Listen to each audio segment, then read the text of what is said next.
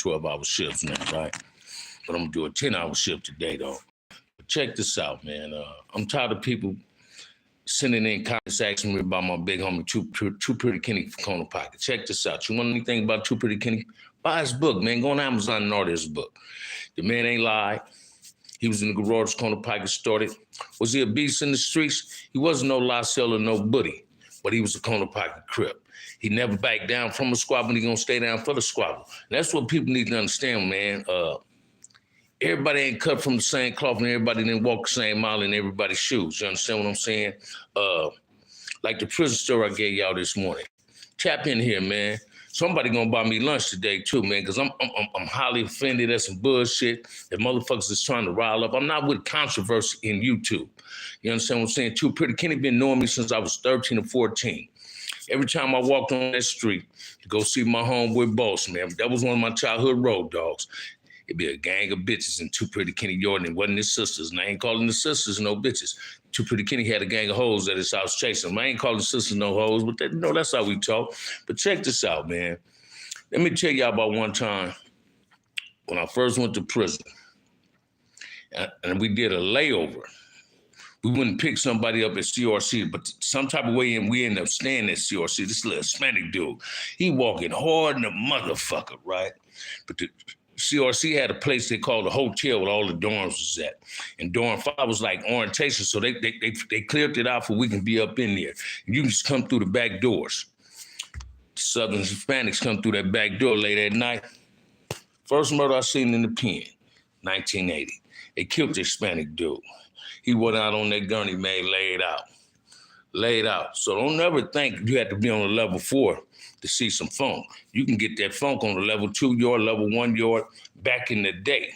You understand what I'm saying? You hear people talk a lot about Chino East. Chino East used to be one of the PC yards called the White Elephants. You understand? Chino was down South Reception Center. You understand what I'm saying? They had CIM minimum, the golf course, tennis courts, and all that. You had to be, you had to have lower level points. I started off as a level 3 and worked myself up, man. When I paroled, I had 285 points.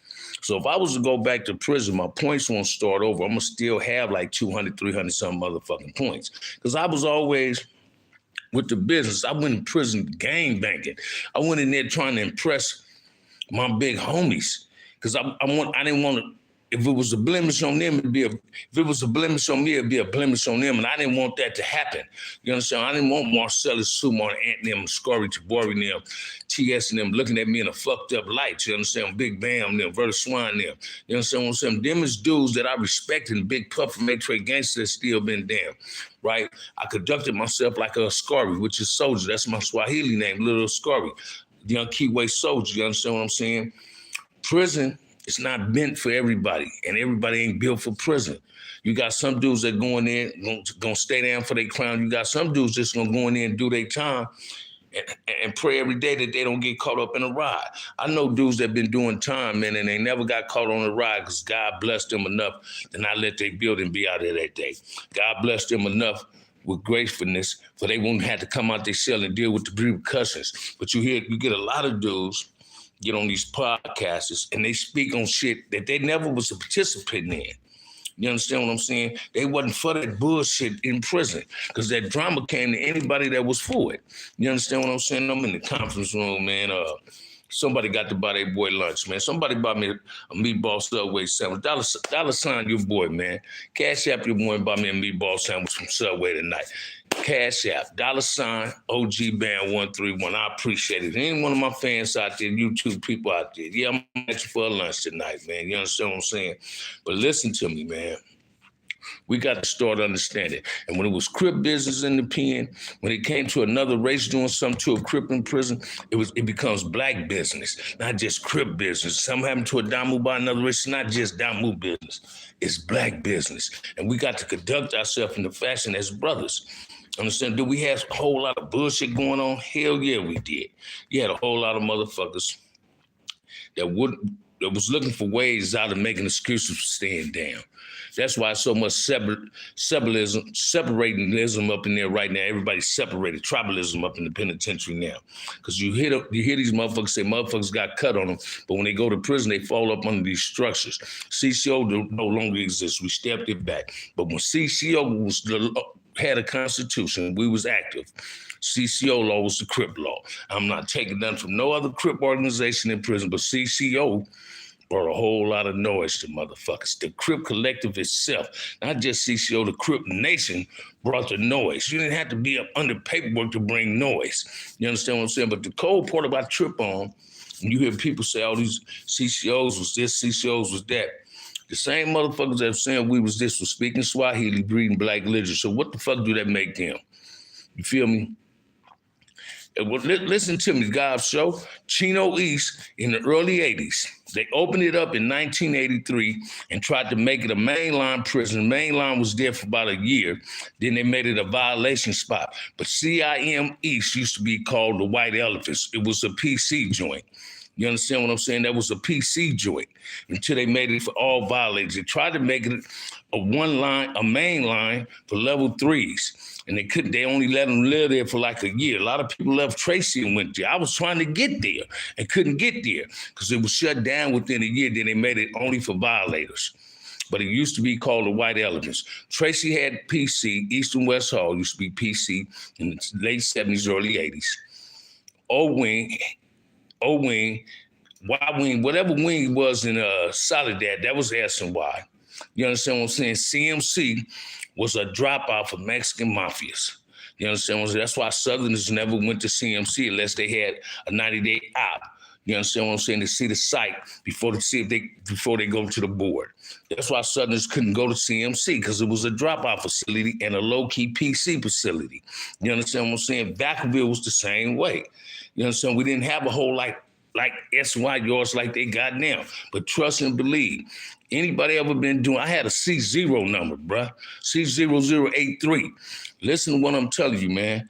People that Chino East was called the White Elephants. That used to be a PC joint before they tried to make it a main line. It only lasted for about a year. Then they shut it down and made it just for violators. You understand what I'm saying? Simple as that, was called the White Elephants, man. You understand what I'm saying? So I'm not trying to put 100 on the 10 or mislead nobody with factions. None of that. All right, you got the D number. All right, thank you, brother. But I'm just saying, Chino East used to be a PC joint. It used to be called the White Elephants. Trust and believe that. Ask anybody ever really did some time.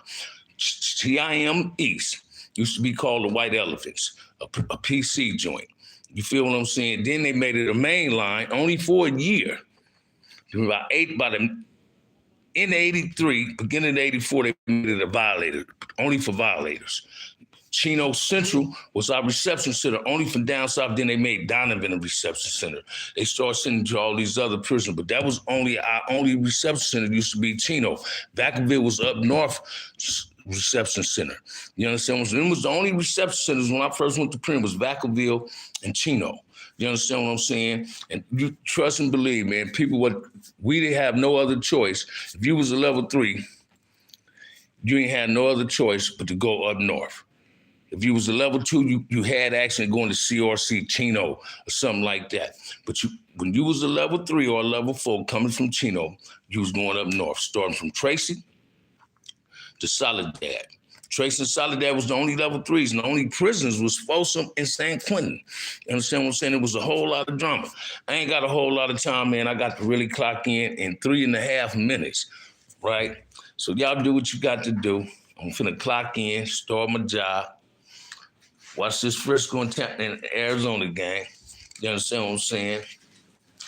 Who gonna buy their boy lunch tonight? Cash App, $ OG Bam. God so need to do it. He asked me these questions. I know you ain't knocking my store, but hey, my story. But hey, y'all, ain't nobody told you they love you today.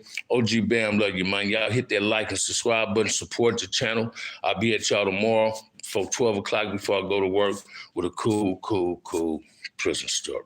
With that said, peace. Shouts out to the homie Melly Mel. All right, love y'all.